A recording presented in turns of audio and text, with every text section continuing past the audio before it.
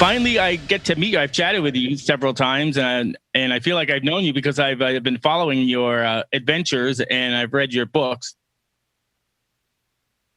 So before we begin, let's talk about. I want to talk about the your first circumnavigation. Sure.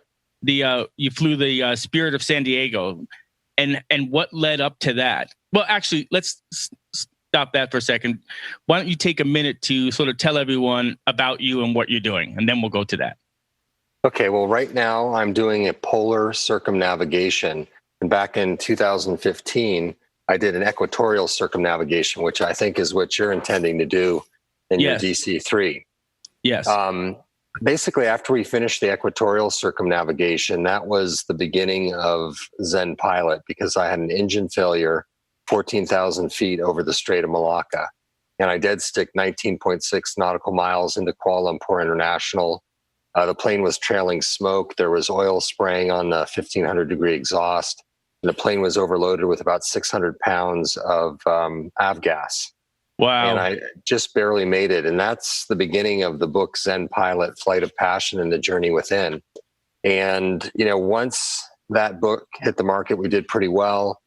We started to get the word out. And then true to what I wrote about in my first book, which was Flying Through Life, we wanted to pursue the impossibly big dream. And after that equatorial circumnavigation, the next sensible thing was a polar circumnavigation. So flying around the planet over the poles. And we were humbled 3 different times because I thought it was going to be like the first trip. And we had more experience. We had more sponsors. We had a better support staff, but I came to realize it was many times more difficult. And that's why we kept delaying, because we were identifying risk and then trying to mitigate it and make the trip as safe as possible. So when you were doing your equatorial circumnavigation, which I'm really interested in because, like you said, I'm going to try that myself in the DC-3. I just sent you a photo of my DC-3 with the wings pulled through chat. They were doing a corrosion inspection on it. Okay. But, you went through, what, 23 countries? Is that the number of legs or just the number of countries? That was just the number of countries. The number of legs was probably another 10 additional ones. Sure. Because, I listened to part of what you recorded about your intended flight. And, when you go into a foreign country, you have to go into an airport of entry and leave from an airport of entry. So the airport of entry may not be where you actually want to go. Right. You have to stop there. So therefore you'd have more legs than you probably would have countries, just because you're going to want to go around some of these different places that you visit. And when you were, how did you choose the plane that you wanted to fly? For the first trip? For the first trip, yeah. Okay. Because there's a lot to talk about in the pole to pole, and I want to reserve the second half of the show for that specifically. Okay. Yeah, I haven't been asked that question in a while. I wanted at the time, I was driven by budget. I had a certain amount of money. I wanted a pressurized aircraft. I could afford a single engine piston. And really, there weren't that many choices when you look at single engine, piston, pressurized, high altitude efficient planes. There's a Cessna, the P210, but that was a really slow climber. It was underpowered. It didn't have a very big cabin compared to the Malibu. And I needed space for fuel tanks. I needed something that flew very high and relatively fast, in piston terms. So the Malibu really was the sensible choice in that regard. Plus, I had flown one through a flying club in San Diego. It was the only flying club in the United States that had a Malibu. And I liked the plane. I liked the range. It was nice flying pressurized. You arrive places and you're not as tired. And it seemed like a sensible plane to use. Now, I want to learn a little bit more. I read your book, which is absolutely fascinating. And there's so many things that you talk about in your book that I can relate to. Having a big dream, having a lot of naysayers, but going for it anyway. But you were in real estate, right? You were in real estate, and then you just decided that you're going to be a pilot? I had always wanted to be a pilot. In fact, like most pilots, I had an interest when I was a very small child. I just couldn't afford it, and I didn't have the time because pilots need the resources of time and money. So what had happened was I had gotten an advanced graduate degree in spiritual psychology. And as I learned the different lessons, I was applying them in my business.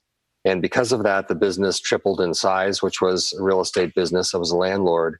And what I wanted to do at that point was give back, because I felt like my life had been a blessing and so many wonderful things had happened to me.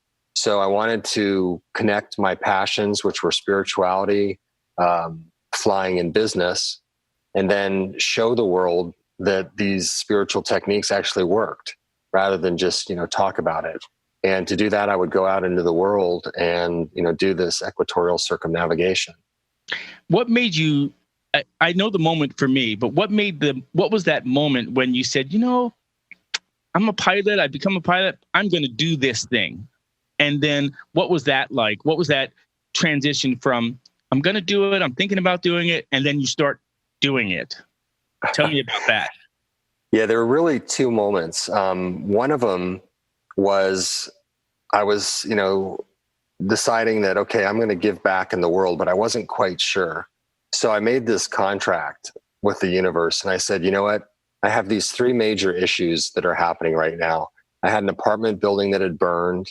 That was a major issue. I had a house that I'd been trying to sell for years. Nobody would buy it. And then I had some vacancies that I needed to go away.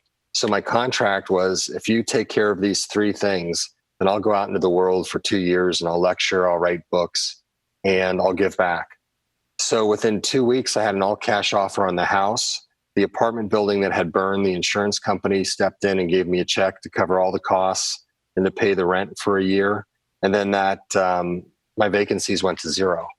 So in a way, I really didn't want to go out into the world and do that because I was not a speaker and I was not a writer. So, but it was perfectly clear, I had made a deal and I was going to live up to my side of it. And in terms of how I would go out into the world, I hadn't quite decided that part.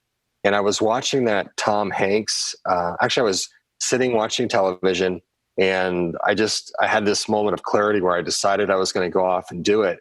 And then I switched the channel and it was that Tom Hanks movie, Survivor. Oh, yeah.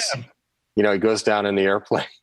Oh, yeah. out in the Pacific Ocean. And then I think it was Wilson as his little friend.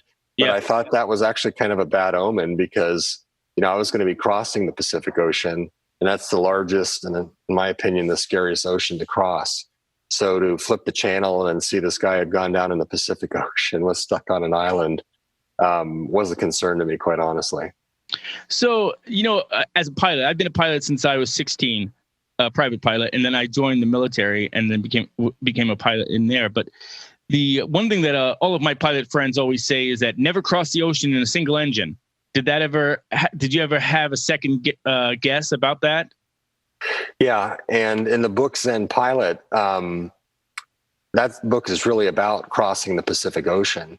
And, certainly it started with that engine out over the Strait of Malacca, but the challenge was getting across the Pacific Ocean with a plane that I had lost faith in.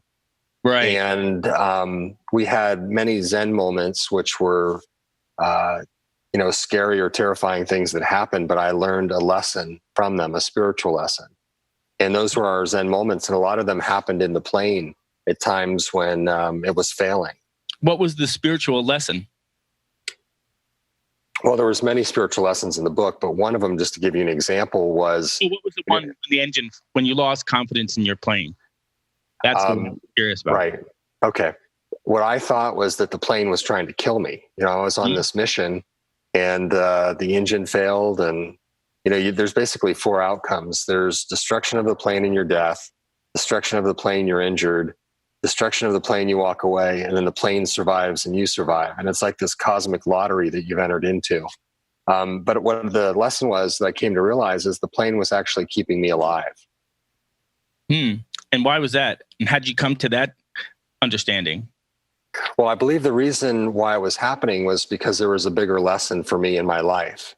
And I was intended to go on and share what I had learned, share some of the wisdom from the experience.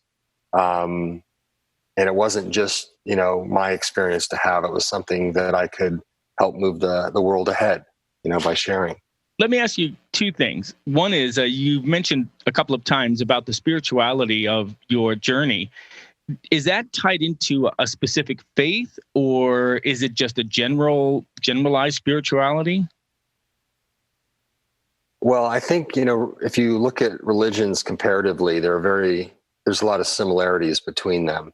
Mm-hmm. And I guess what I would describe is that I'm a spiritual person. Sure. And there are these common spiritual concepts that, I detailed in that first book, mm-hmm. That I think sort of guide us in our lives. I agree. You may not agree with the dogma of any specific religion completely, but I absolutely subscribe to the notion that there's a greater power at work that guides us through our lives. And the thing that you were saying earlier that I thought was interesting and it struck me was that you thought the plane was trying to kill you. And I so often, when I try and do bigger things, and when things don't work out, I think that the universe is trying to prevent me from succeeding. And I have to take a step back and realize that it's actually the opposite of that. And I did have a real big experience where I owned a publication, and the demise of that publication was horrendous. The experience was horrendous, and I didn't know how we were going to survive it. And when we survived it, looking back now, 6 years later, I realized that the universe was destroying us. The universe was preventing us from being destroyed, and we would never be where we are now if it wasn't for that experience. We wouldn't be prepared for this. And that's an interesting insight that you made. Did you have that same conclusion? Did you come to that same conclusion? Yeah, definitely. And, I was in a monastery in Montserrat, Spain, when the coronavirus hit. Yep. And I asked one of the monks that I was living there with, I said, is the coronavirus punishment, for the planet?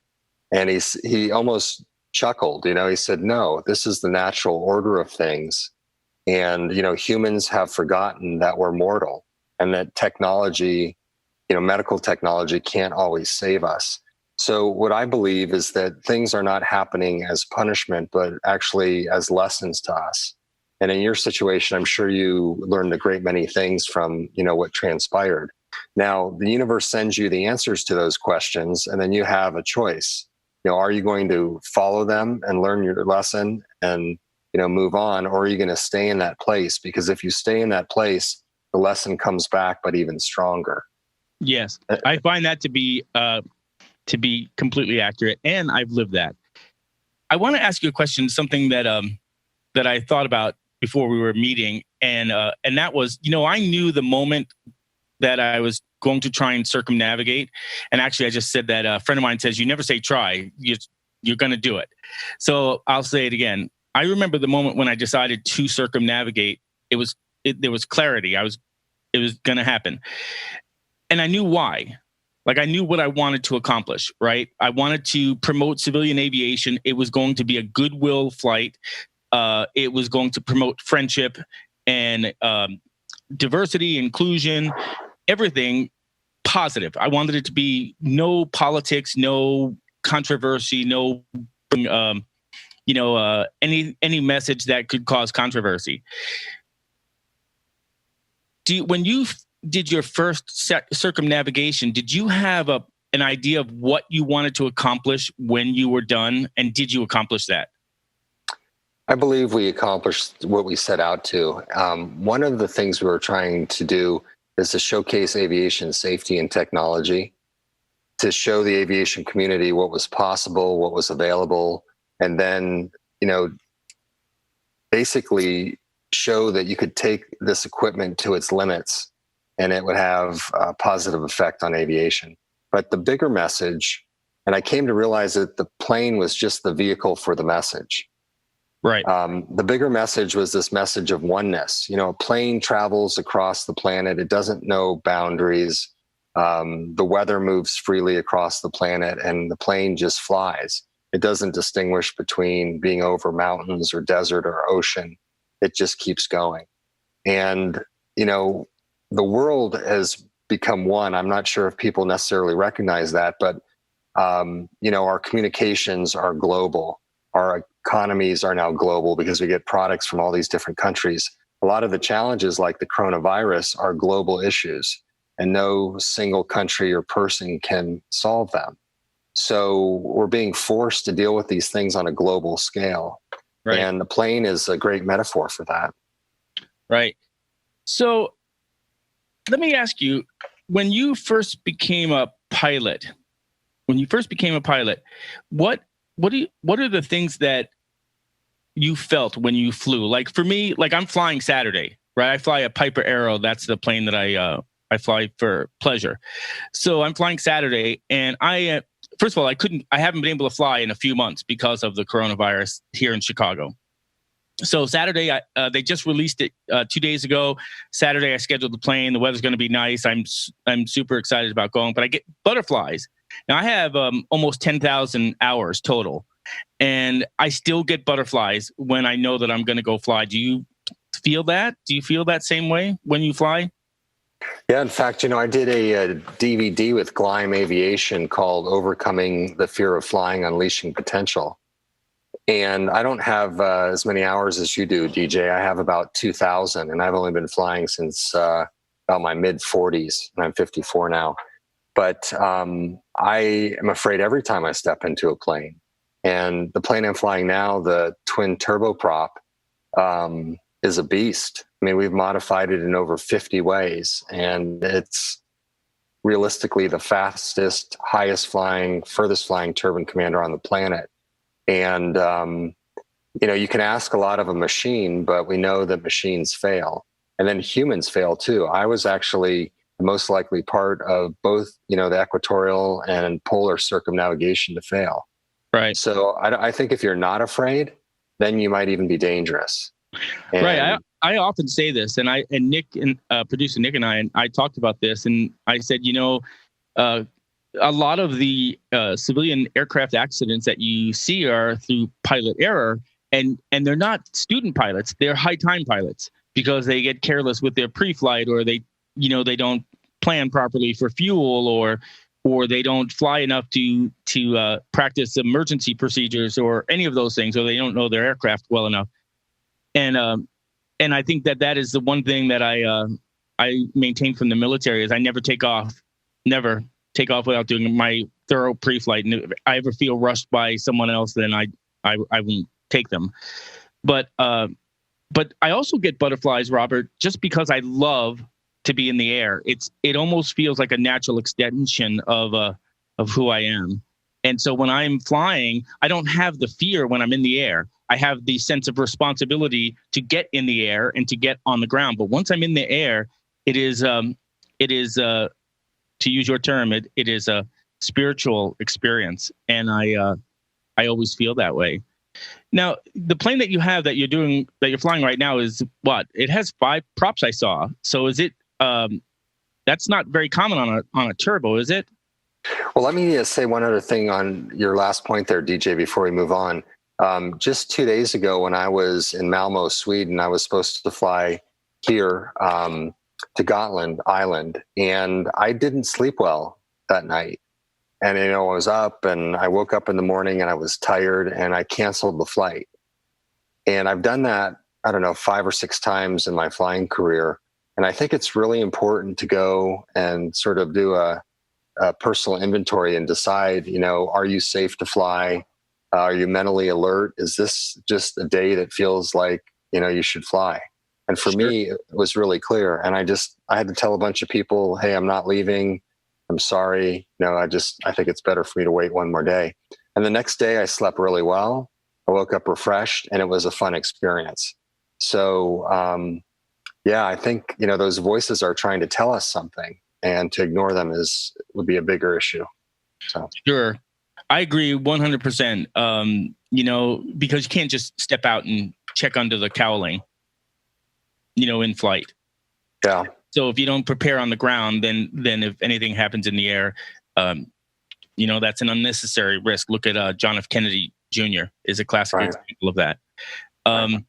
So actually, before we move on to the pole-to-pole, I was just reading a note about the the 5-bladed prop, and I'm always interested in new technology. So I what do you call that? Squirreled over to that. But I want to stick on the equatorial circumnavigation for another second. So when you were flying through, one of the things that I've learned as I'm just preparing for this flight, and as I've talked to several other pilots that have circumnavigated, is that when you go into these foreign countries, sometimes you have to have a handler and there are bribes. And, in the military, I never had to deal with that, right? But as a civilian pilot, I've never circumnavigated, and so I was fascinated by the unexpected costs associated with bribery and having handlers, especially I think in India was one of them, and I think in the Middle East it was pretty expensive. Yeah, I use a guy named Eddie Gould, or Eddie Gold, he goes by sometimes. It's General Aviation Support Egypt, and he's got another guy that works with him, Ahmed Mohammed. And these guys have taken me in terms of permits, ground transportation, parts, fuel, basically everything associated with the flight to almost 50 countries. But that being said, when you get to these countries, you about 50% of the time will have a handler. That's a rough number depending on where you're going. Sure. But to give you an idea, Durban, South Africa charged me $6,500 for ground fees. And then Cartagena, Colombia was $3,800. In the Malibu, I remember I went to Anadyr, Siberia. It was $3,000. Right. So if you're going in a DC-3 with a large, would you say 90-foot wingspan? 95 span. Yeah. Hold on, because it's going to be expensive. Africa, Middle East, South America, Australia's hit me pretty hard a few times. It's expensive. I attributed that. I am friends with the guys that flew the Breitling DC-3 around the world, and I got some really good information from them. And that's how I knew that there were going to be some expensive handling and country transitioning fees. But is it really just, what they were saying is like, it depends when you land there and who's in charge. It's not like you can budget for this, it's going to be that. It's whoever's there, that's what they charge if you want to get it done. Did you find it to be that way? Well, I actually met with the vice president of marketing for Breitling in Switzerland. Oh, yeah. And was trying to get Monica to sponsor me, and she said they weren't going to do a flight like that. And then a year later, they did it in their DC-3, carrying a bunch of watches. But so your question was? Did you find that the fees that they charged were reliably static, or was it dependent on the time of day, who was running it? It's totally random. In fact, I was going into Thailand. I was getting tired of getting charged these exorbitant fees. So we sent an email and said, hey, how much to come into the airport, in this type of plane? And they wrote back, they said, it depends. And then we wrote back and said, what does it depend on? And they said, it depends on who's working. Gotcha. So, going with a guy like Eddie Gould and General Aviation Support Egypt, they have their places they like to send people, and they know what the fees will be. I went to a place, Oman, and I was actually arrested there for walking across the tarmac unsupervised. They did a little mock trial. They held me for about 5 or 6 hours. Wow. But that was a place Eddie had told me not to go.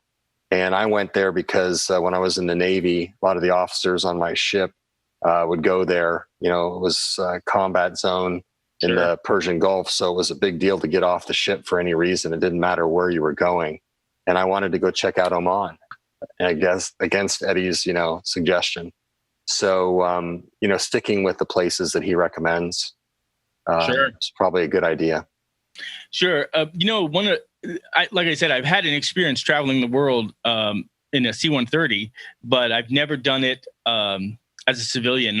And I won't have the protection of the U.S. military, when we landed in these places. So now you're landing and you're almost at the mercy of of whoever is running the airport. And when you were planning your circumnavigation, I know that in order to qualify to be a legitimate circumnavigation, you have to follow a certain route across certain longitudes and latitudes. Did you actually do all of that to qualify as an actual circumnavigation? Right. There's a number of different ways that you can handle that. There's the Fédération Aéronautique Internationale. Yep. And that's a very, very rigid organization with a great many rules. One of them is, I believe, you have to survive the circumnavigation by 48 hours. So if you were to crash, just as you went over and you died, it wouldn't be valid. You have to pass the equator 120 degrees in different directions. Read that. And for my polar circumnavigation, the rules just got too excessive. And, we've certainly circumnavigated the planet. I've certainly gone over the poles. I've sort of done it on my terms. Sure. There's another organization I'm sure you've heard of called Earth Rounders. Oh, yeah. And for that first trip, I qualified under their terms. So it really depends on how you want to do it. For my mission, it's also a peace mission, and we have scientific experiments on board. So it didn't necessarily make sense to follow the route that the Fédération Aéronautique Internationale suggested, because our mission was to get our one planet, one people, one plane, ideas out into the world, not necessarily check a box that an organization is telling me I need to check. But they also have a lesser award. It's called a circumnavigation diploma. So you don't have to follow all the strict rules, and you would still get that. Sure. So when you were doing your circumnavigation, what I'm finding now is the flight is cumbersome and is difficult to plan, the actual flying part. But the planning is what is really egregious for me. Like planning, and then what do you do when you have like a weather delay that disrupts the whole plan? Did it create a whole ripple in your timeline, and how did you handle that? We stayed flexible. That's how we handled it. People that try and set up, like, let's say, speaking engagements in different places, the stress level just goes off the scale when you do that, because, you have that get there-itis. They're expecting you on a certain date at a certain time. Maybe, you're flying an older plane, you're going to have some mechanical issues. Maybe the weather is just not good, or the winds are not favorable based on your range. So that's a very difficult thing to do, to try and, get to a point at a specific date and time. What I did is I stayed flexible. Good. And that's what we're doing. One of my plans is we're not having anything scheduled at our stops, because we're stopping and staying. So we're not stopping, refueling, speaking, and then leaving. We're going to stop and stay, because the DC-3 is going to have mechanical issues. I mean, we leak more oil than we burn on those radial engines.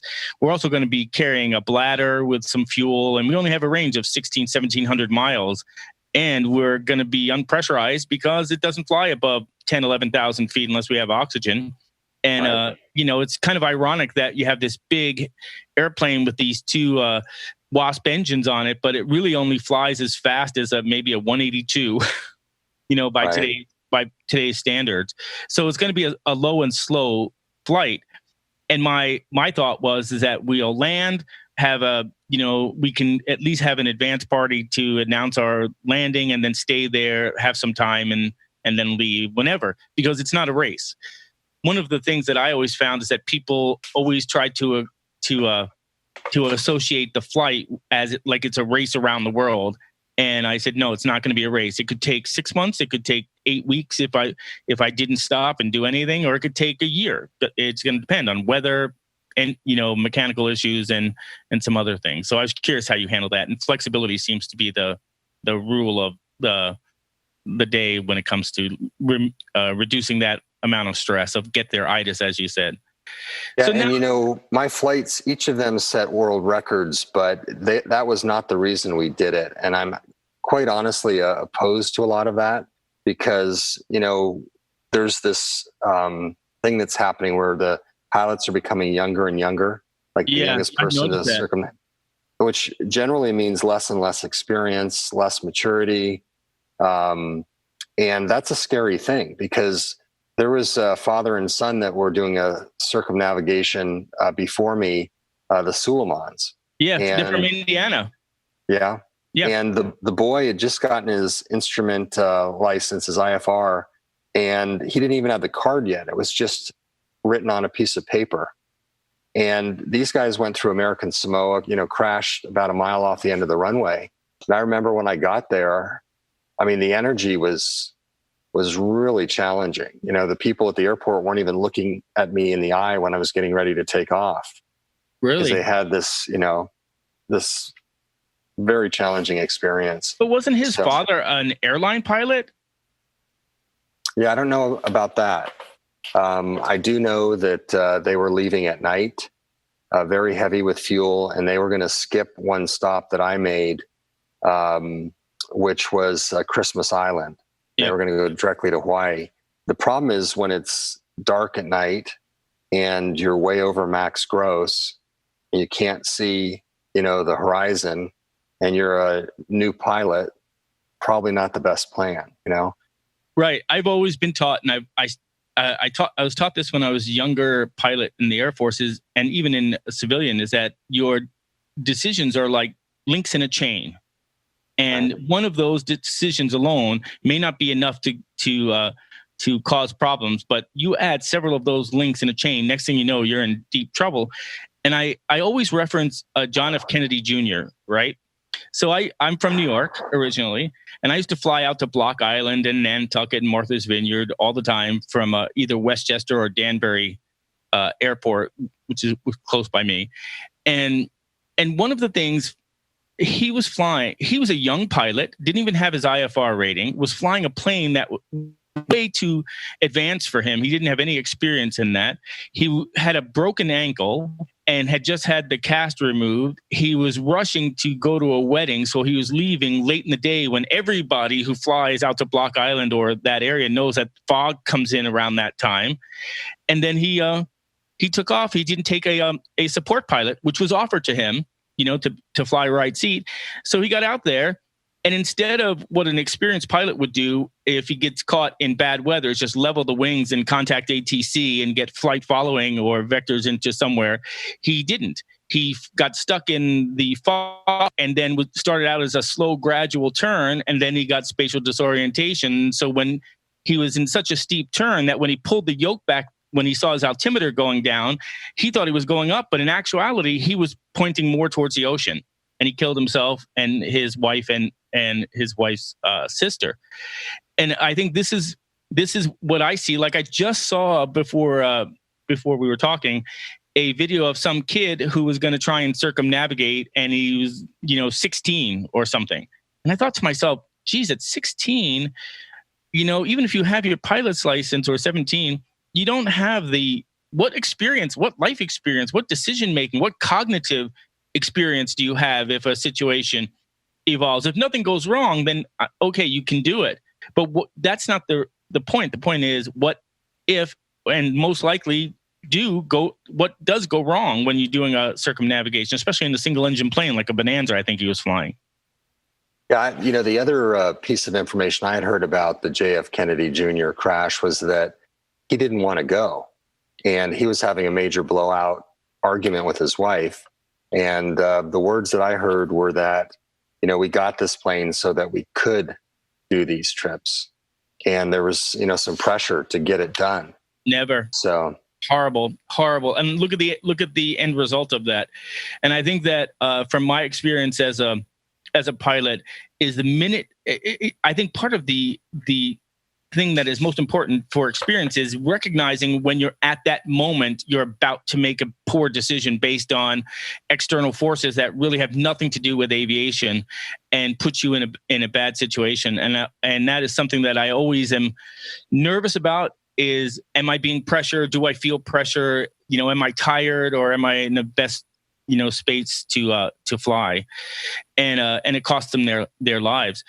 Now, when you were, going back to the circumnavigation, did you go up to Goose Bay and then across to Greenland and then down through Iceland and Glasgow? And that was your original? What was your original route? Yeah, that's the route. Except I went into Wick, Scotland, And then I've actually done that crossing 3 different times. The place that I think is truly spectacular, if you can get in, are the Faroe Islands. Yeah. And of course, that's between Iceland and Europe. Probably one of the most beautiful places I've ever flown into. Really? The weather's rotten though, so you got to be careful. Hey, when you were doing your circumnavigation, which would be, in your mind, your favorite destination to fly into of all the stops you made? Probably the Faroe Islands. Oh, really? Yeah, that or Santorini was pretty spectacular as well. Did you take time when you went to these destinations to experience the culture, to wander around, or did you just land, fuel, resupply, and leave? No, both those places I did videos on, and they're on YouTube. So if you typed in Zen Pilot Faroe Islands, you'll see it. No, it's a total, in my opinion, half the reason I've done these trips is so that I can travel, have a nice time, experience new cultures, meet people. And because of that, we came to realize from meeting all these different people that there are more similarities than differences amongst people. So everybody wants, safety, security, financial stability, the health and happiness of their family. And for the most part, peace. So I think if you were just to fly to those places and checked into your hotel and left the next morning, you'd miss out on about 99% of the benefit of doing a trip like that. Sure. And that brings me to another question. Your first circumnavigation, I know, was probably a dream, like you created it and then you now are, wow, I'm actually doing it. What was it like on the day you were leaving? Like, did you have some sort of moment where you said, I did it, I'm doing it, and now it's not just a dream or plan or anything, it's an actual, I'm doing that? Yeah, I was absolutely terrified on the first trip, quite honestly. I had my 3 biggest supporters come to me before. My father told me I was just going to get myself killed.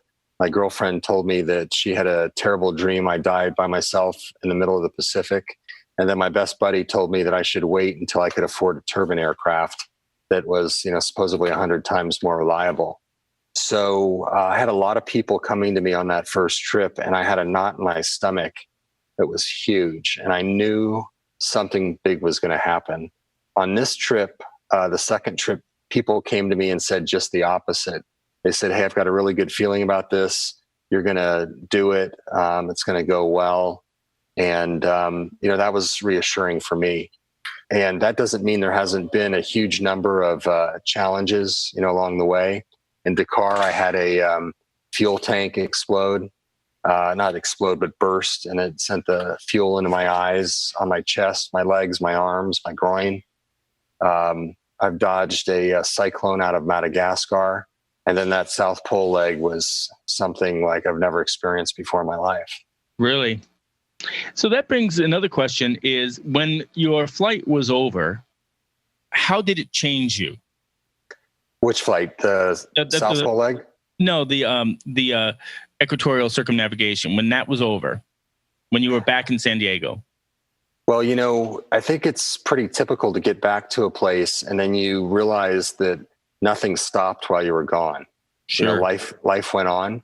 And it typically takes, I would say, 6 months to a year to actually process all the things that have happened during that time.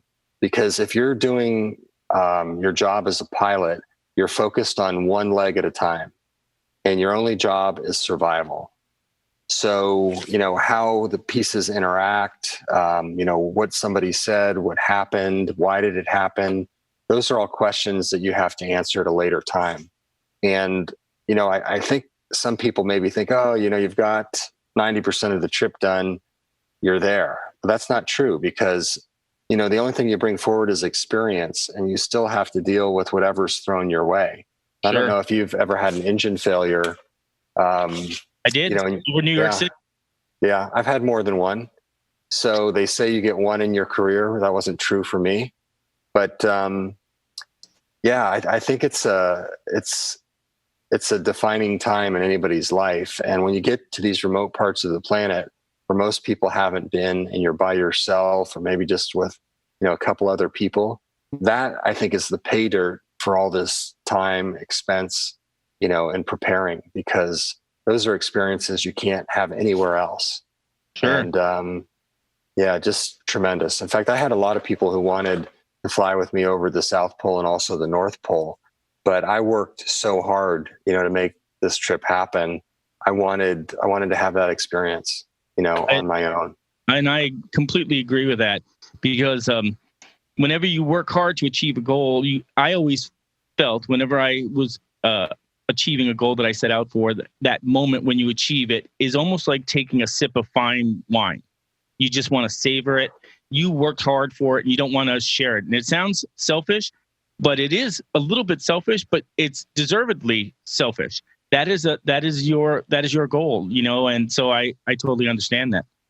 Now, this is the part that I was kind of interested about too, is you got home, you sort of decompressed by the first circumnavigation. What made you decide to fly pole to pole?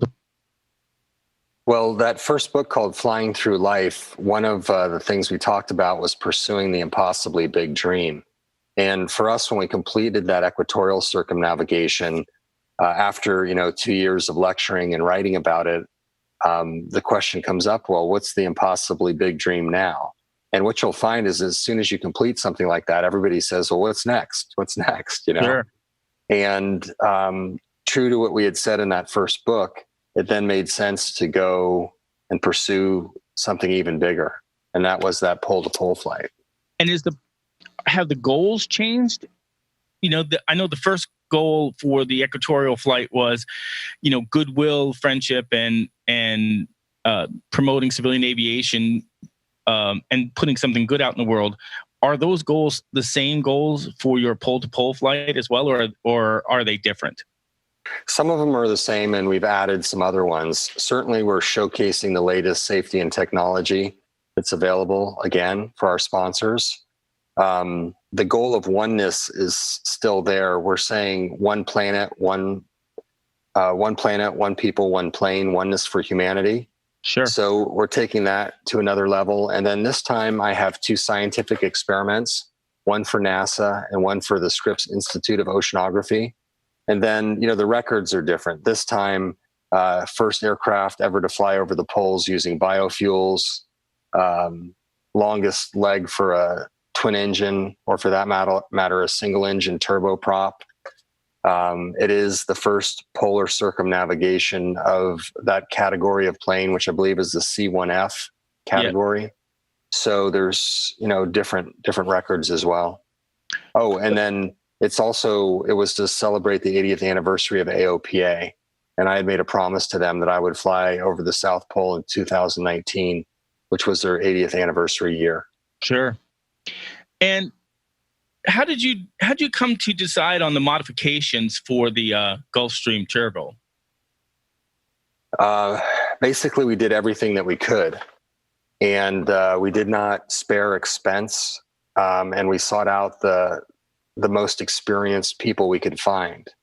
So if it would increase the performance, the altitude, the speed of the plane, then we basically did it. And if you asked me before I started that trip, well, what more would you like to do? There was nothing more. We did everything.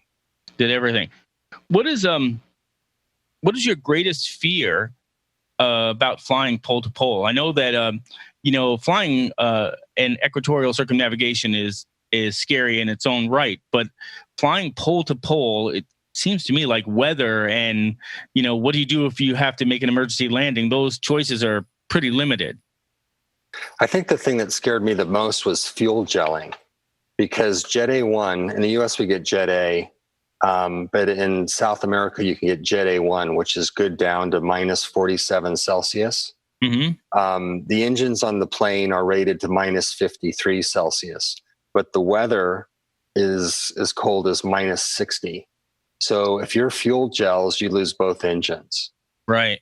And, the equipment just isn't designed to operate that cold. So our biggest modifications came with a system that we installed that would heat the fuel and then route it in a way that it wouldn't be affected, by 47 degrees by the outside air. And that was the genius of a guy named Fred Sorensen, probably the highest time ferry pilot in the world. He's been building ferry tanks and systems for over 40 years. He has over 500 Pacific crossings.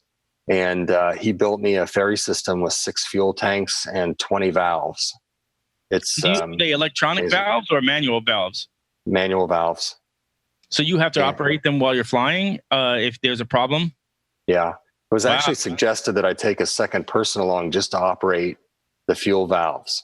And part of the reason I had that ferry tank burst in Dakar was because I made a mistake. And I didn't vent one of the tanks. Actually, I had the vents closed when I was transferring fuel into the wings. So instead of pushing the fuel through the tank with the pressurization, because it was sealed, the tank just started to implode. And they were vented together. So it affected the first tank and then the second tank, which was trying to compensate. So it was my fault that, I damaged the tanks and then it later burst. So when that happened, first of all, you have fuel all over you, right? So you get over the initial shock of being covered in fuel. How did you fly after that? And did it affect anything? Like, obviously it affected your fuel capacity, but did it affect anything else in the airplane? Well, the plane smells like a garbage can. If you imagine, how Jet A smells, it smelled like that ever since actually Utah, because we had another leak there. So you get in, it burns your eyes, it burns your sinuses, and it burns your throat. But it was just something that happened, and there was nothing I could do about it. I mean, it would mean pulling, the ferry tanks out, pulling the floorboards up a second time. And, we did some research, and that wasn't considered a long-term exposure. People had problems inhaling Jet A fumes, if they did it for 20 years. This is about 150 hours, broken up by periods of time. So when that happened, you decided to divert, or did you stay on your planned route and land? It happened on the ground, not in the air. It happened on the ground. Okay. Yeah. And it's kind of strange because I had a handler there, and, when the tanks burst, I was trying to get water on my eyes to get the fuel out of my eyes. And the fire department came and we dumped about 100 gallons of jet fuel into the cabin and onto the tarmac. So as the fuel is spreading, the fire department comes, and everybody's just standing around watching me try to stop the fuel leak. And they got out their fire hoses and dispersed the fuel even further. But Jet A is kerosene, so it's very oily. Right. And I was drenched. I pulled all my clothes off, put some other ones on, and then the guy that was doing the handling said, "Hey, I've got a family. I got to get home." And I'm like, well, I can't leave the plane open in Dakar. So I literally closed the hatch, went to the hotel, got a shower, got dinner, went to sleep, woke up, went to the airplane, and I was expecting this huge just oil slick, on the ground. And there was not a drop of jet fuel. It had all evaporated somehow. Wow. It was shocking. But I took off and I went to my next stop. Wow. In traveling, when you're going to foreign countries, what did you find was the most challenging thing as in each country, and what was the most common thing? Like, what was something that's like, this is what happened in the United States anywhere? Well, the most challenging thing was, the corruption, getting overcharged. For me, when I was taking my plane through South America, I had, like I said, 6 fuel tanks. And that's a place where, drug runners are moving all kinds of stuff around. And, the police would come and they'd look at the plane and they'd point at the tanks, like, what's inside there? And I was concerned that somebody would sort of hold their ground and say, I need to see what's inside each one of those tanks. And that never happened for us, thank God. Certainly I could put fuel into them, but that still doesn't tell you what else is in the tank. So I got very lucky with that. How did you handle security at each stop for yourself and for the plane? Yeah, most airports around the world do have security, and I basically avoided any stop that was questionable. So, there were spots in the Middle East that are hot spots that I avoided. That's something that Eddie helps with because things are changing from, day to day. And what about insurance? I'm sure you had to have insurance. How did that process go? Yeah, that's a good question. For the polar expedition, I didn't have insurance until a week before my departure. And I had been trying for 18 months. Nobody really wanted to insure, an aircraft going to the South Pole for the first time, in that category in the history of man or woman. And I actually met with the underwriter at NBAA in Las Vegas. Sure. And we sat down and he wanted to know what we had done to prepare. So I explained all that. And we had an airline pilot that I'd been working with very closely, a guy named Mike Jesh, 20,000 hour United Airline pilot. And basically we went through everything. And he said to me, he goes, Robert, I think you've identified all the risks and you've done what you can to mitigate them. So the insurance agent liked hearing that. The other thing he liked hearing was that I had delayed the trip by, a total of a year, 6 months at a time, because we had identified these risks and we knew we needed more time because the worst thing that could possibly happen is to go when you're not ready. Sure. And then the final piece was that it was really only about 150 hour trip. So it wasn't like, we were going to fly 500 hours. That's for somebody flying a turboprop aircraft, most people fly about 100 hours a year. So it wasn't an extremely large number of hours, but the expense was pretty high. It was $30,000 for that. And that covered you for how long? A year? It was supposed to be a year or just for the trip? Just for the trip. Wow.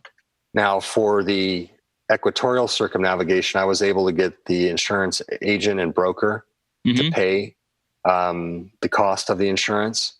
And on the Malibu, I believe it was $4,000 for the trip. But, I had a lot of hours in the Malibu by that time. With the Turbine Commander, I think I had maybe 150. There are other people that ended up paying a lot more. A guy named Matt Guthmiller, I forget his exact number. I want to say 15,000. John Kunis, who actually was delivering a plane over to Malaysia, he died shortly after the trip from a pulmonary embolism from sitting in the plane for too long. Wow. But the expense is enormous. Well, the people don't realize, and it's funny, even as I'm planning for my trip, people think that it's some sort of a luxury pleasure flight. And I remind them that pilots die when they attempt this, even in today's day and age. Are you familiar with the guys at Handy Flight, the pilots that are handicapped, and they tried to do a circumnavigation, and one of the pilots was flying on a short final in India, and I forget where, but he hit power lines and unfortunately was killed. So I mean, there are very real dangers flying around the world. There's very real dangers flying, period. But there's even more when you're pushing the envelope and flying around the world, especially in unfamiliar territory. It's easy for me to get in the Arrow and fly around the Chicagoland area because I know the area so well. But when you're circumnavigating, your whole trip is new and different on each leg of the journey. I can't even imagine what it's like flying pole to pole when you don't have city after city after city on your flight plan to turn down to if something goes wrong. It's what is that like? I mean, how does that, when you fly, do you think about that? If I lost my engine right now, where am I going to go? You have only so long of a distance. Well, on my pole-to-pole flight, I assessed my chances for surviving the South Pole leg at 50%. And that wasn't like 50%, I'll attempt it, and if it doesn't work out, I'll turn back. That's 50%. I may not be alive, in 18 hours. And what I did is I packed up all my personal belongings in my hotel room and put the mailing address in case I didn't come back because I didn't want to inconvenience the hotel owner with all my stuff. Sure. So that's scary in itself. It was terrifying. Yeah. Actually, on the website, www.pole2poleflight.com, and the 2 is TO. As you scroll down, the first video you come to is a part from our docu-series. It's an 8-part docu-series, and it's the 24 hours before departure. And when I watch it, I get choked up and tear up. It's a very, very stressful moment. That's what I was just going to allude to, is what is it like? You come from a background where you have all the comforts of life. If you worked hard, you've attained a level of success, and here you are in your hotel room packing up your things like you're preparing to go to the death chamber, and you hope that they have a misfire. So you have, when you said a 50% chance of survival, I always think of what came to my mind is there's a 50% chance that I'm going to die. So, right. And you have to accept that, and then take that, own it, and then overcome it, and still get in the plane knowing that you have those odds. Because think about it. I don't know if you. Oh, go ahead. I was going to say, think about it. If you just every day you say, I actually have a 50% chance that I'm going to die, so I'm going to pack up all my stuff and then go outside. What would that be? What would that be like? Well, the Chilean Air Force lost a C-130 in the Drake Passage, which is between Punta Arenas, Chile. I actually left from Ushuaia, which was just a little further north, and the tip of Antarctica. So it's a 2-hour flight, basically. And they lost 36 souls. And that was a week before I departed on my trip. So I was going, wow, they had 2 pilots. I have 1. They had 4 engines. I have 2. They had experience. I have none. Their flight was 2 hours. Mine was 18 hours. And a C-130 has millions of flight hours, sure, since it was created, compared to, a Turbine Commander 900 that there's only 40 of them on the planet. And a modified Turbine Commander. Right. And, a 1983 aircraft doesn't really want to be modified. When you start sure, making it fly higher, faster, further, you're stressing out all the systems. And it really wasn't until I departed that the plane started working fairly well. We were having issues almost every flight. The windshield would crack, or the fuel regulators would freeze up. We had an engine that wouldn't unfeather when we tested it, so I had to land on one engine. Environmental system went out with 6 hours on it. So yeah, really difficult thing to do. And we spent 3 years modifying the plane. So tough thing. I wouldn't, quite honestly, I don't know if I'd do this flight over again. The pole-to-pole one? Yeah, the risk was very, very high. Risk on that South Pole leg. So is part of your motivation for flying this pole-to-pole like a personal challenge, like an overcoming of a human, I don't know how to say it. I am totally drawing a blank on how to articulate what I want to say is, like part of a human endurance, like an overcoming of like, hey, I want to see if I, as a human being, if my body, if my mind can overcome all of these challenges and then come out on the other end. From a mechanical standpoint, I understand it, because an airplane, like you said, flies. It flies. It does what you tell it to do, hopefully, for the most part. But from a human standpoint, do you look at this and say, okay, I want to see if I can survive this, if I can do this? One of the goals was to take the plane and the pilot to their absolute limits. And if you ask me what would be the hardest thing you can think of doing in an airplane, I'd say take a 1983 turboprop aircraft, outfit it, and then fly to the South Pole and back, solo pilot. Because Antarctica just terrified me. It still does, quite honestly. Right. Not a lot of room for error. No. And there's so many systems that can fail. So really, that trip was also about confronting some of my fears. And it was hard to get into that plane and go, Sure. When I departed, we realized a couple of days before that I'd be landing when the airport was closed in the dark. So we adjusted the time. So I departed during daylight and landed during daylight. Unfortunately, that meant that I'd have to leave at 2:00 in the afternoon. And I had been up since 6 a.m. because you're not going to sleep very well the night before a trip like that. So by the time it was all done, I was up for over 36 hours. which is a long time, you know. That's a very long time.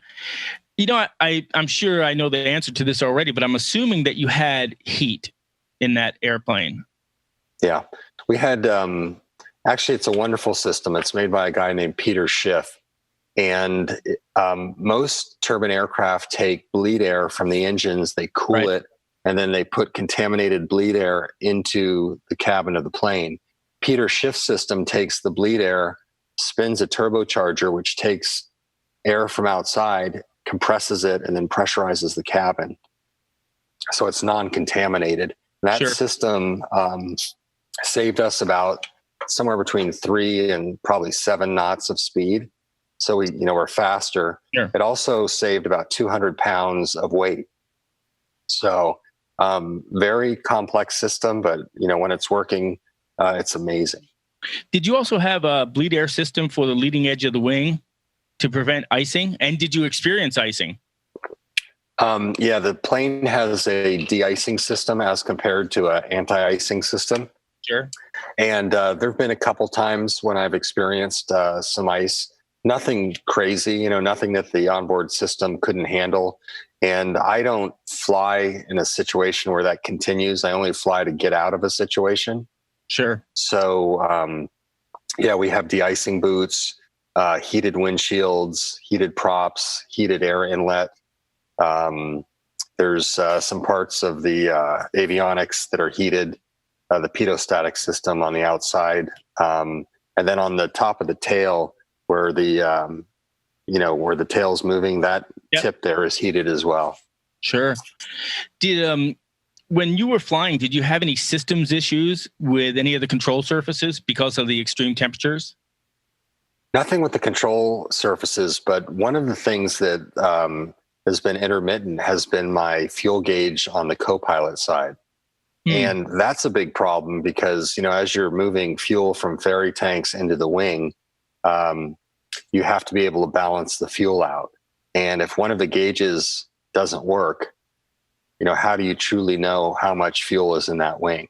Sure. And that was acting up just before I went to the South Pole. And what I decided is that, I had 2,000 nautical miles of range, unmodified, in an unmodified plane. So basically I could burn the fuel out of the wings, and then I'd have to start dumping fuel back in. But by that time, the plane would be much lighter. And I knew from experience that the turbine commander flew very well on one engine.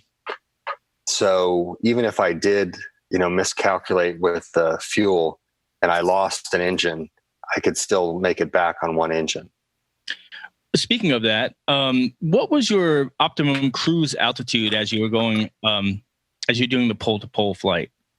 Well, heavy with fuel, you're not going to make it up to your maximum altitude. But I had flown the plane at 35,000 feet, and that's what the RVSM system or certification, allowed.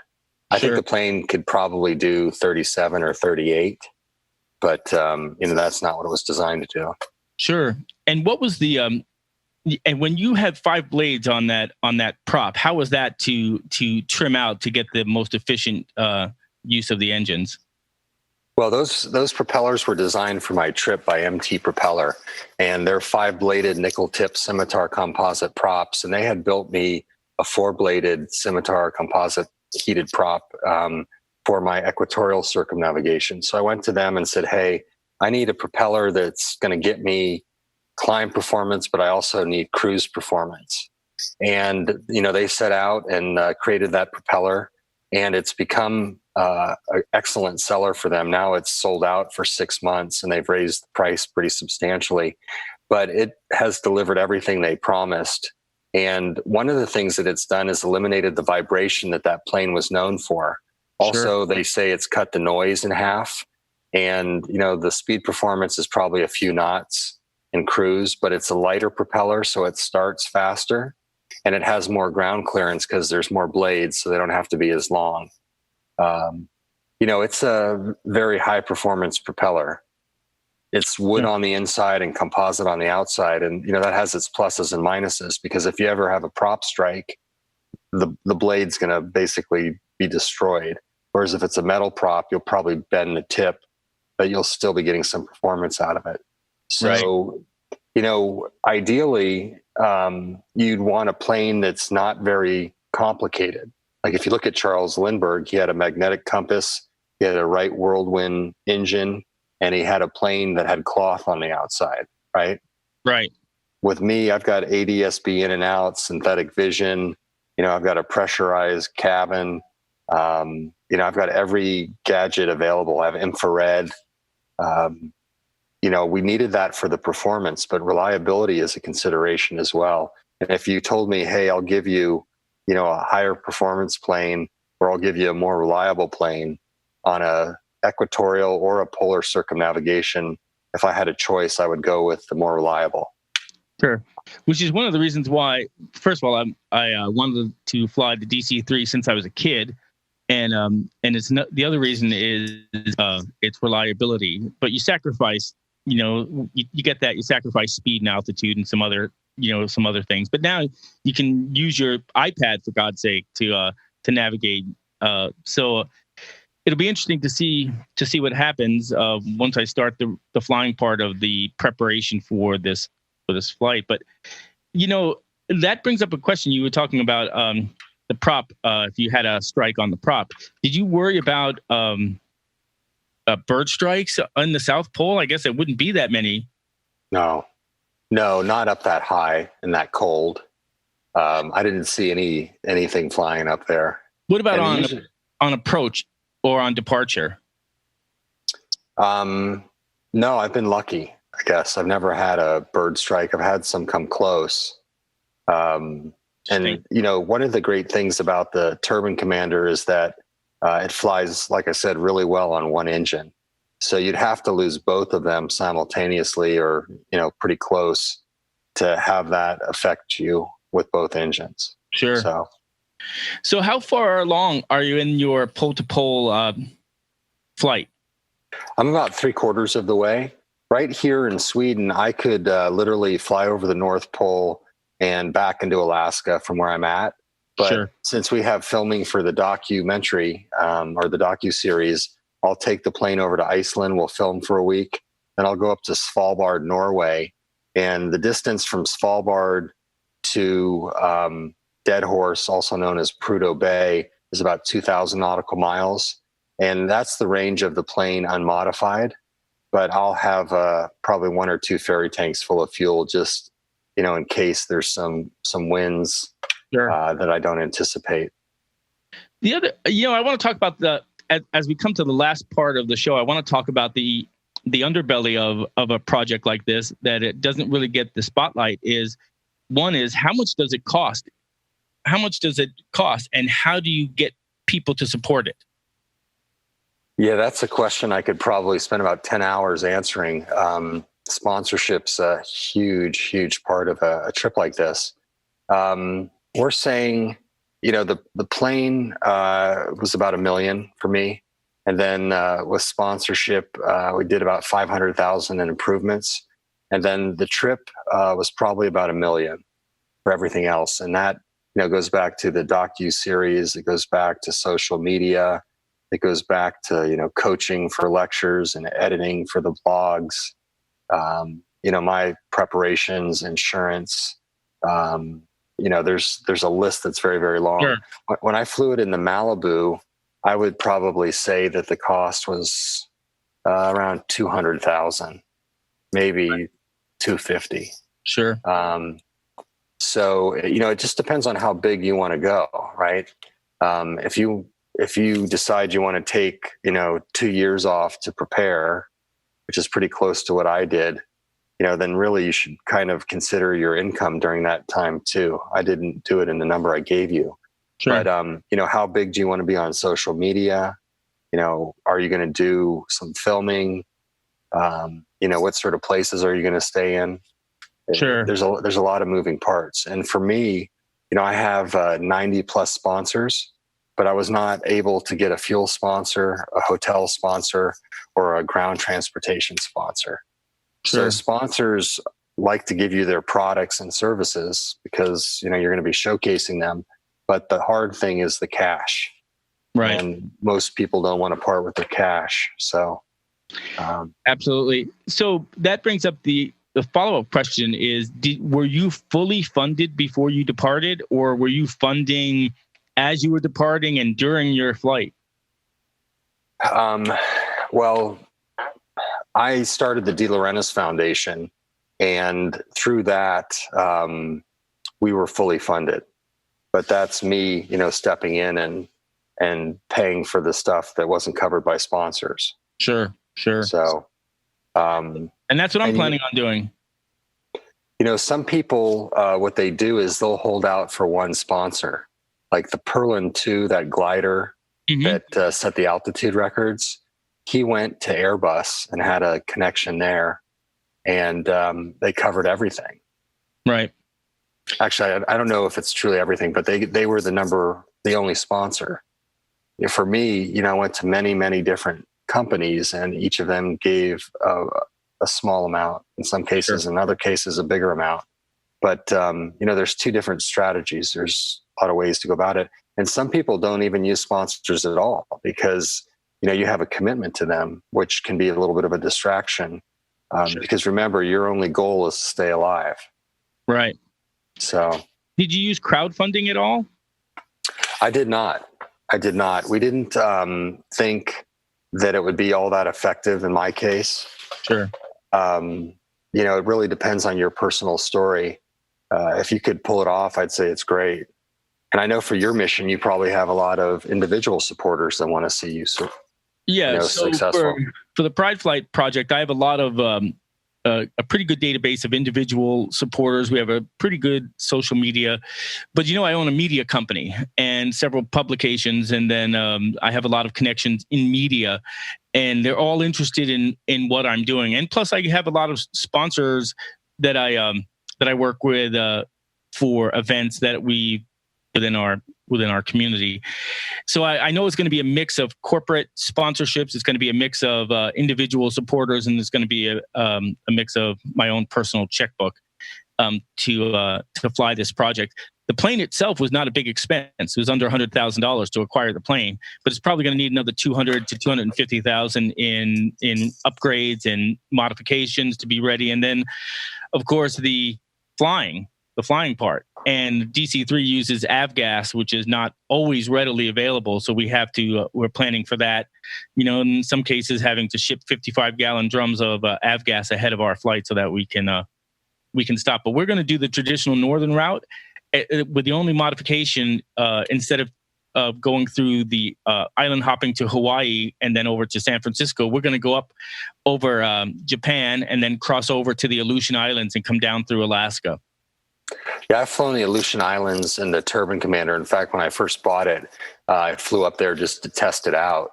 But Japan, I think, was one of the most expensive places I've heard that you can fly. Yes. So you might want to be careful there. And the last guy that I heard of, they impounded his plane for 6 months. And then when he actually got it out of there, the fuel lines had deteriorated and the plane went down about 100 nautical miles away. Wow. So I'd say be very careful with that. I will. A lot of people are going through Russia now too.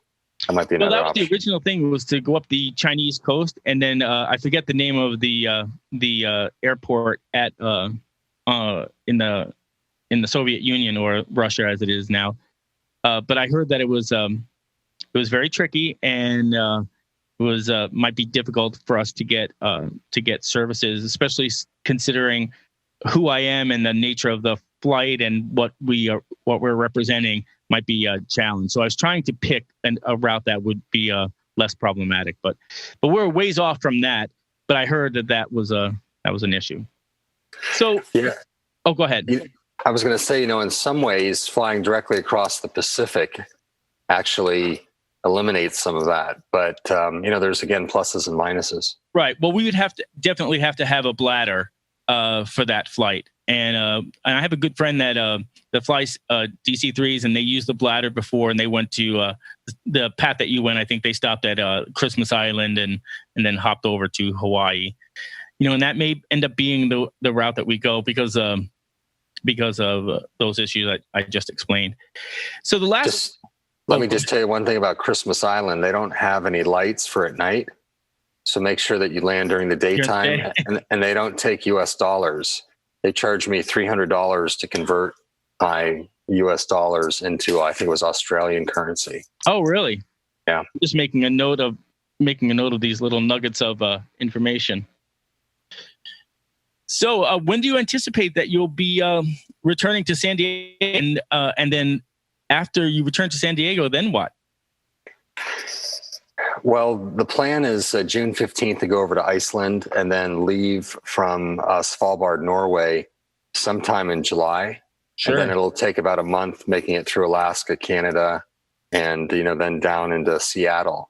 So I would say August sometime. And the funny thing is, it's not funny, but with all the turmoil that's happening in the United States right now, people are telling me, hey, don't be in a hurry to get back, because here in Sweden, it's a very calm place right now. So I would agree with that. Living in Chicago, as a matter of fact, I'm looking out right over Lakeshore Drive, where they had major protests and looting and rioting, only a couple of miles away. Even in our neighborhood, which is a nice neighborhood, still had some of the effects of that. People are angry, and the political climate in the United States is really tough right now for anyone.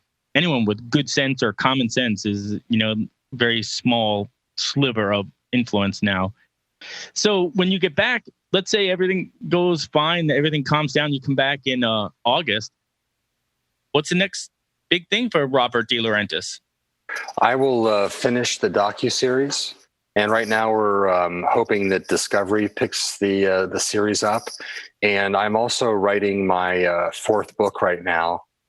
Maybe technically third if you don't consider some of the children's stuff that we've done. But it's called Peace Pilot to the Ends of the Earth and Beyond. And I have that about 2/3 of the way written right now. So I'll finish that. And then I'm committed with AOPA to lecture and at Sun and Fun, Oshkosh, and a couple museums like the Smithsonian I've been talking to. Is that what your focus is going to be going forward, or are you going to go back to real estate, or are you going to stay in aviation? Well, I'm retired from real estate, so my properties are being professionally managed. Oh, excellent. I have a commitment from Redbird as well that I'm going to write 5 of their flight simulations for all the Redbird flight simulators. Yeah. So anywhere in the world, I think there's 3,500 of them, you'd be able to get on and do a simulated flight to the South Pole. And it's going to be very, very intense. We joke that there'll be a licensed psychologist standing next to the simulator to deal with, all the traumatic things that would happen. Absolutely. I mean, I've never done the pole-to-pole flight. I've done some crazy shit in a C-130 over the years, but a pole-to-pole flight, I don't know why, but it makes my the hair on the back of my neck stand up because the weather is so unforgiving, the weather is so unpredictable, and your options to land or to get to safety are so limited that if anything bad happens, it's going to continue to get bad and worse. One of the things that we were asked about is how much emergency oxygen did I carry? Because if you lost pressurization, you'd have to, go on emergency oxygen, and the plane only carries so much. So Then you'd have to descend. And if you lost emergency oxygen, you'd descend, you'd be burning more fuel, you wouldn't make it back. Right. So, there's so many systems that you're dependent upon to actually make it back. That's right. And that's that 50%. And any one of those links in that chain, can tip the scale one way or another, whether you make it back safely or you're like, all right, well, I'm on a one-way flight and hopefully, I survive the eventual landing.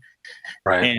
And then, one of the things that I worried about when I was trying to decide if I wanted to fly the DC-3 or another airplane, and even with the DC-3, DC-3 is not going to fly above 11,000 feet, even if we have oxygen, maybe a little bit higher.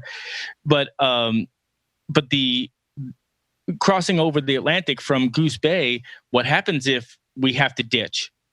Even with a Gumby suit, right? Even with that survival suit, how long am I going to last in the North Atlantic or any other large ocean crossing? And so I try not to dwell on that. Did you find that that you were so busy preparing that you didn't dwell on the all the things that were like, oh, this will make you die. This will make you die. This could cause you to die. This is, could bring you closer to death. Did you find a way to sort of find a peaceful pathway to say, well, I'm going to focus on doing the best that I can so I never have to deal with that? Well, quite honestly, that's what that DVD about overcoming the fear of flying is about. But rather than trying to avoid the fear, I actually went deeper into it. And I felt that there were messages in every single one of, the types of fear that I was having. So, and then one of the things was, people were telling me their fears, but those weren't my fears.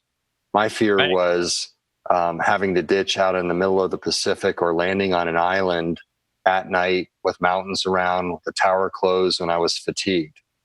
Right. So, you've got to deal with your own fears. You've got to go deeper into them and, prepare until you get to the point where you're not afraid anymore. So Sure. I think the mental preparations are every bit as demanding as the plane preparations and your physical preparations as well. So I would say if there's something that scares you, you need to become very good doing that. The other thing, adding to that, a question that just popped into my head is, how did you deal with the fear of the unknown? Like, okay, I think I've thought of everything, but I'm sure there's something that I am not thinking about. And how did you overcome that?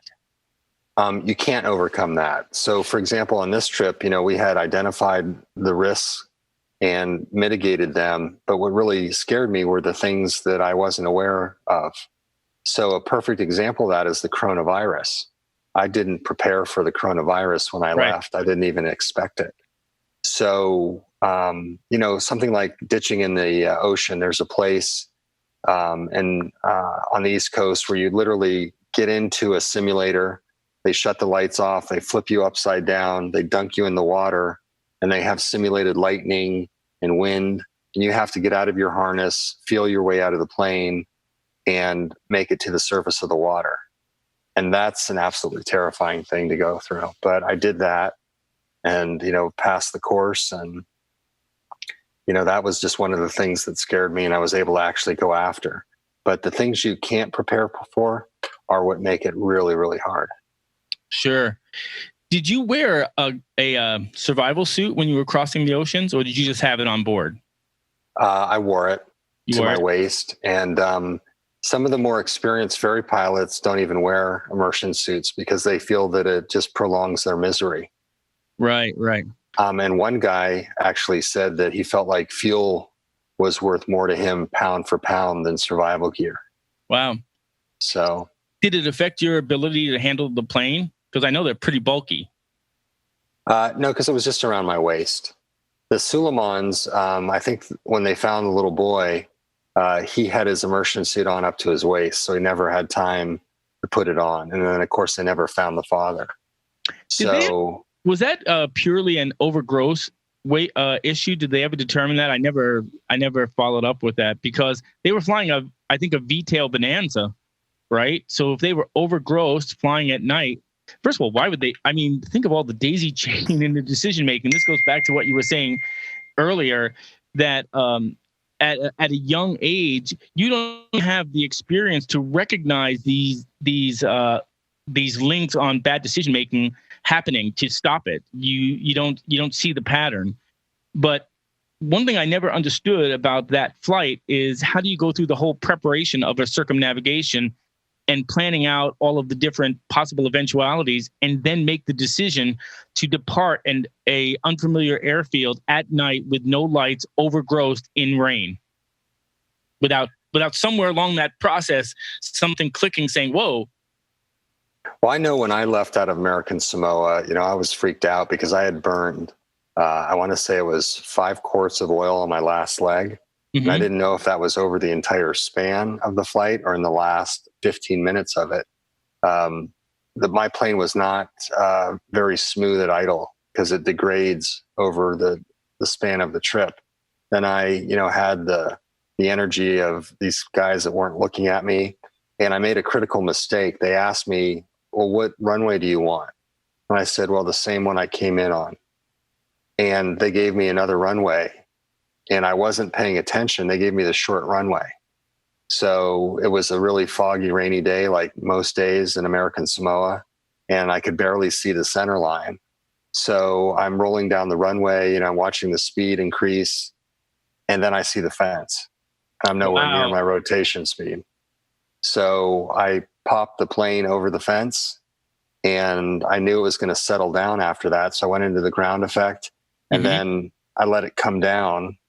And I think what happened to them is if they got that short runway, they tried to pop it up and they didn't let the plane settle down, and it stalled out. The other theory I heard was that the ferry tank was a bladder, and it shifted because, bladders, right, they're not properly contained. The center of gravity will change. Right.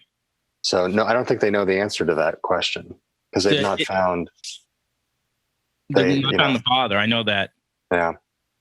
Well, Robert, it's been an absolute joy and a pleasure to chat with you. I probably could chat airplanes and flying another 2 hours, but I know it's getting late where you are. And I want to make sure, Nick, that we have, producer Nick, that we have all of the links to the YouTube channels and any way that we can help people support Robert and what he's doing. And Robert, I'll be following you, and I'll be your virtual co-pilot as you go through. I think I was seeing on Facebook that I've commented and liked so many of your things that I was eligible for a badge or something from Facebook. But I am curious, and I am following, and I am a big cheerleader, and I love your story. It's inspiring. I've read Zen Pilot. I can't wait to read your new book, so hurry and finish, because the first one was amazing. And anything that I can do, anything that I can help with, no matter how small, always feel free to reach out to me, and I'm happy to do that. Yeah, I appreciate that, and I appreciate you getting the word out. Absolutely. And there's certainly the trip, but the messages that we're taking with us are equally as important. So I think the messages are really important. And the act of flying pole to pole, or even when you did the circumnavigation, are great feats of the human condition and of aviation. But the message is going to live on long after the excitement and the newness of the actual flight have gone to our subconscious or back history, or whatever you want to call it. And I want to be happy to support that, continue to support that. So please let us know what we can do, and we'll do that. And I will tell you that I'm going to start sharing more of this on our social media platforms, and I have several companies that have pretty large followings. And hopefully we'll be able to follow up with you when you land and lift a toast and congratulate your accomplishment, because it's amazing.